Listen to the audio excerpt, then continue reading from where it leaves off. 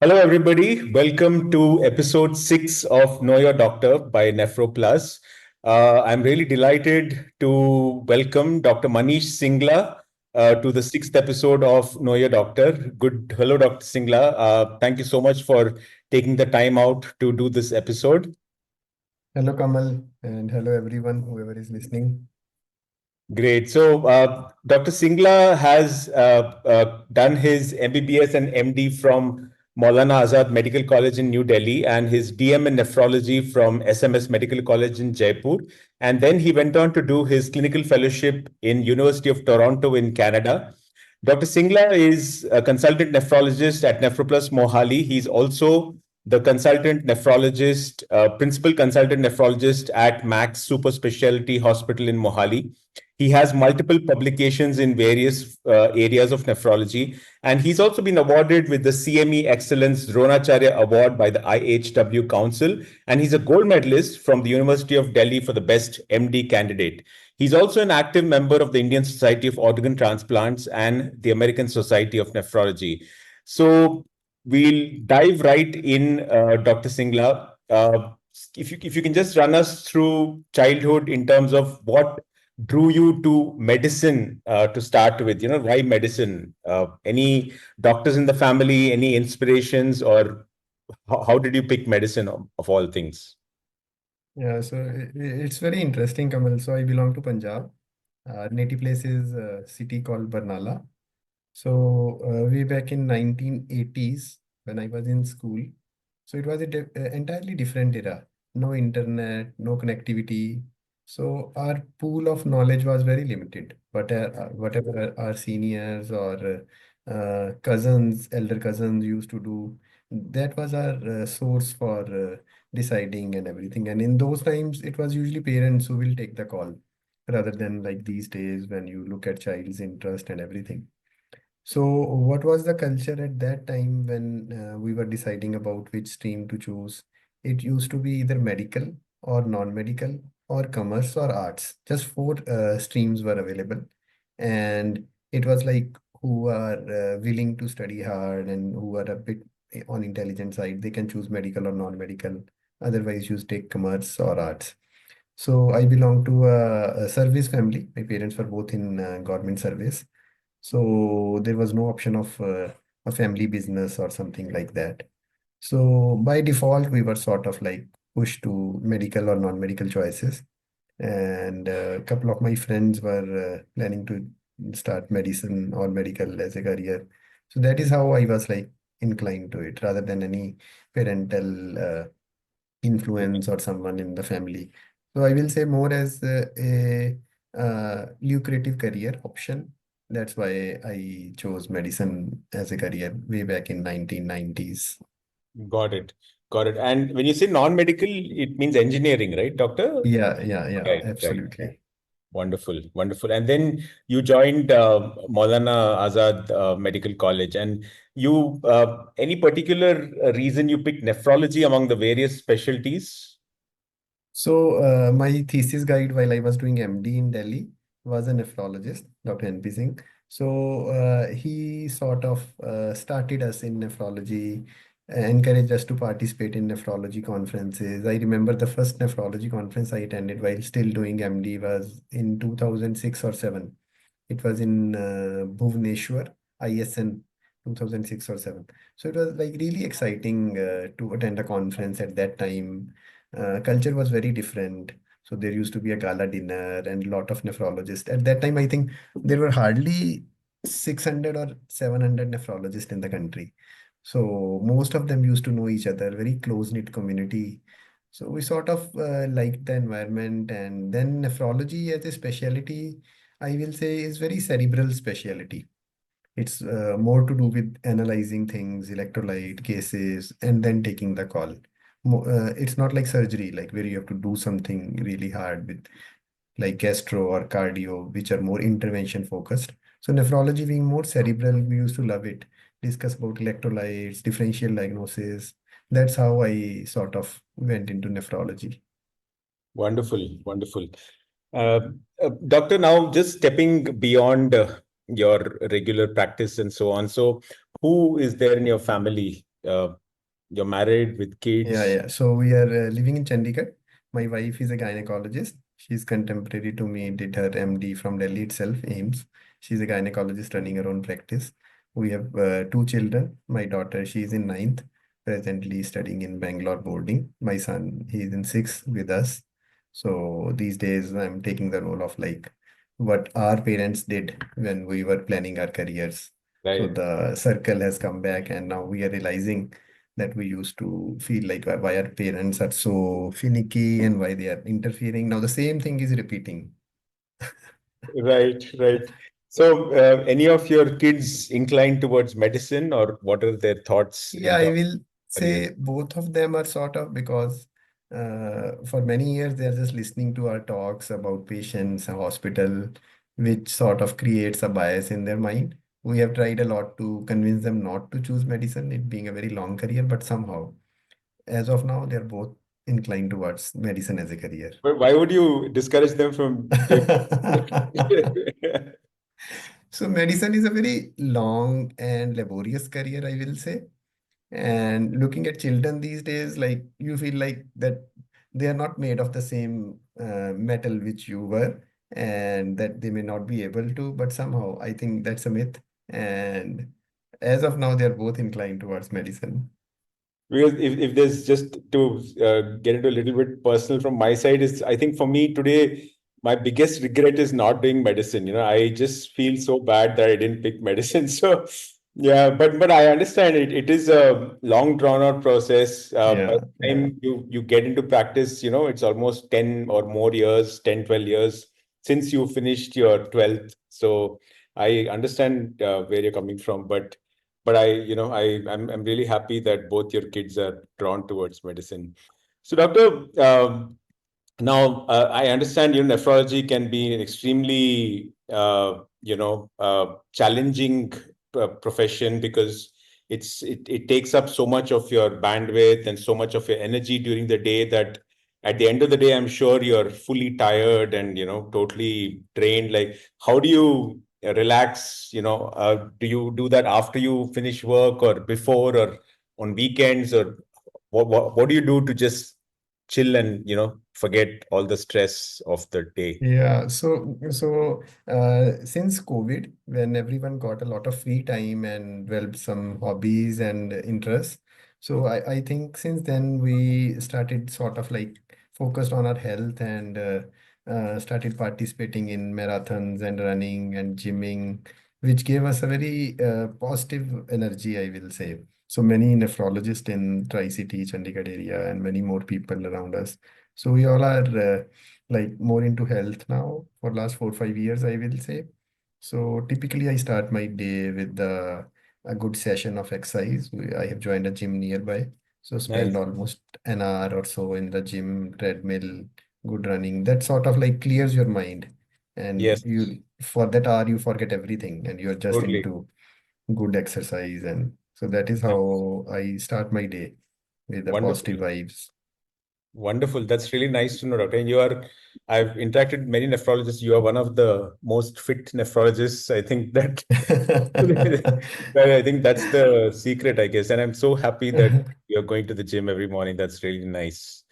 And after you come back, is there anything specific that you like to do to just, de-stress or just relax after coming back? I try to spare half an hour every morning before starting my day, either for meditation or some book reading or just planning my day out, which sorts of streamlines and removes the clutter in your mind. Yes, And you tend not to miss many things which otherwise would have been slipped in the cracks. right. So I usually start my day half an hour late than usual. So I give this half an hour to 1 hour extra to myself. Right. Nice. And you mentioned books, Doctor. So any particular genre that you prefer reading? Any particular type of book? Yeah, I'm sort of two genres. One is like related to self-development and motivational books. Presently, I'm reading one of Robin Sharma's The 5 a.m. Club.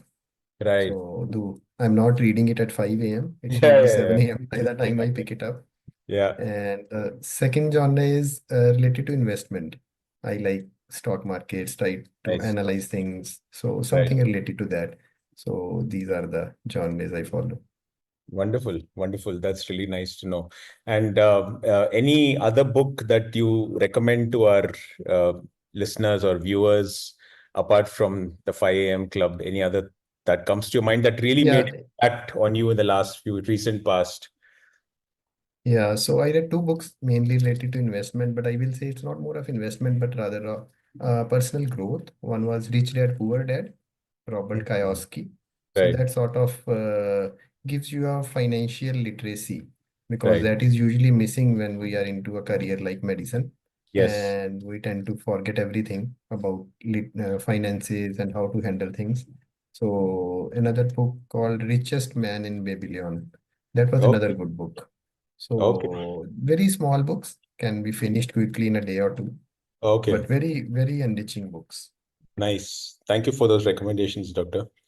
So, you any particular moment like nephrology, you deal with such a variety of patients. You have CKD, you have other kidney diseases, you have ESRD, and then dialysis, transplants. Any particular moment in, your life that really unforgettable moment or something that stayed with you for a long, long time, something that gave you a lot of satisfaction and, happiness that you could make a difference? Any more? Yeah. So, when you start your career initially, you try to take your decisions and you believe more in science. But gradually, by seeing more and more, you start believing that there is some external force rather than just science. So, I will like to share a story. We Yep. had this patient, middle-aged lady around 40, who came to us for kidney transplant from Karnal area. So she underwent a good transplant. When I was rounding in the evening, she complained of some pain in the right leg and numbness. When we checked, the limb was cold. So suspecting that there is some thrombosis in the iliac vessels where kidney was implanted, we quickly took her up for a scan which showed external iliac artery thrombosed. So the blood vessel going to the right leg were thrombosed, probably due to some manipulation by transplant. So it had to be taken up immediately for thrombus clot removal and maybe regrafting. So that was done. Fortunately, it was fine. And couple of hours later, she started bleeding from that side. So another surgery was done. And after that, everything looked fine. So we were like sort of relieved that now things are going fine. 3 days later, we received a call from the transplant ICU that she suddenly stopped pouring out urine, which was like usually after transplant, we see 200, 300 ml every hour. So this is sort of an emergency. We immediately took her up for a scan, which showed that the renal vessel got thrombosed. So there was a clot formed in the renal vessel, probably in continuation with the previous clot.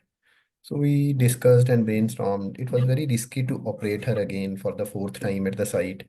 Again, it was very risky to give her some medicines to break that clot, lytic agents for risk of bleeding.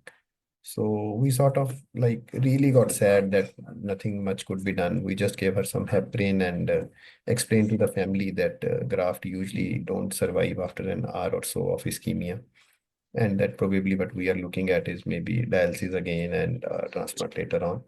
So we kept on dialyzing her for next 3 4 days and planned for her discharge without any urine. And then the day before discharge, when I rounded, she said she was having some urine, maybe 100 mils in the whole day. We thought it's from native kidneys, and again reinforced the same thing and planned for a discharge in the morning. So next day morning when we came for round, she said she poured almost 1.5 liter urine overnight, which was like a real big surprise. So probably what happened with that heparin infusion which was given, her kidneys kept on getting some blood supply and sort of survived through the phase of 4 5 days, and then started recovering, and suddenly it opened up, and now it's like it's almost 5 years and her creatinine is 0.9. So that was really Oh, one wonderful. thing Yeah. yeah, one thing I want to highlight. Whenever we used to tell her that the kidney may not be up now, it may be dead, she was like, no, no, doctor, I have full belief. And this was the patient I can never forget, like her grit and her willpower.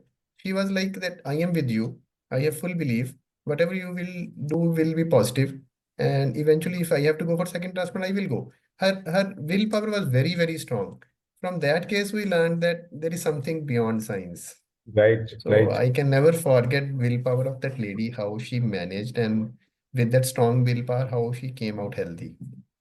No, that's such a heartwarming incident. No, but thank you so much for sharing. And I totally agree. I think that mental willpower drives a lot of things, and that there is something, beyond at least what we read in books and experience Yeah. called science. Yeah. No, thank you so much for sharing. You like to travel, doctor? Do you get a chance to travel a little bit? Yeah, at this age, we are like really fond of traveling. So we try to squeeze time out for one long vacation, maybe like 2 weeks every year, and then maybe a couple of small vacations and few conferences. So when Nice. we are on long vacation, we are with family and Yeah. try to like really unwind. Right. Right. Any recent long vacation that you really enjoyed recently? Anything? Yeah, we went to Scandinavia this summer. It was Nice. Norway, then Stockholm, Copenhagen. So it was really nice, very, very peaceful and enriching place to see people over there, how relaxed they are, their lifestyle, their culture. It was really nice. Lovely. Did you get to catch the Northern Lights as well?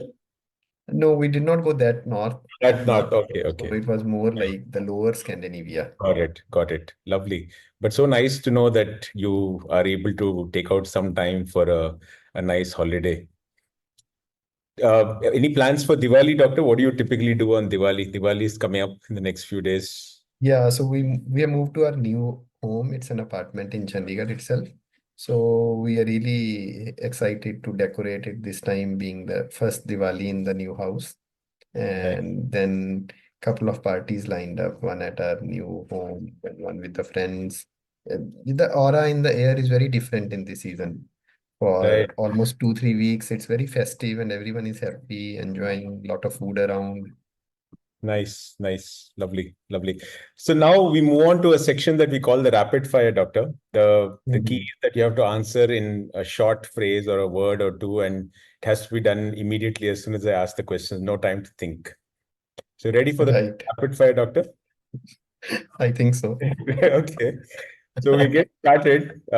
Start with some easy question. Which is your favorite sport? Badminton. I love to play it. You have any hobby? Yeah, I like surfing through various Netflix movies and Disney Hotstar, their trailers. Any movie that comes to your mind that you really enjoyed recently? Yeah, recently I watched that Reacher, Jack Reacher movie. How Risha. sharp that person is and how he manages everything. Nice.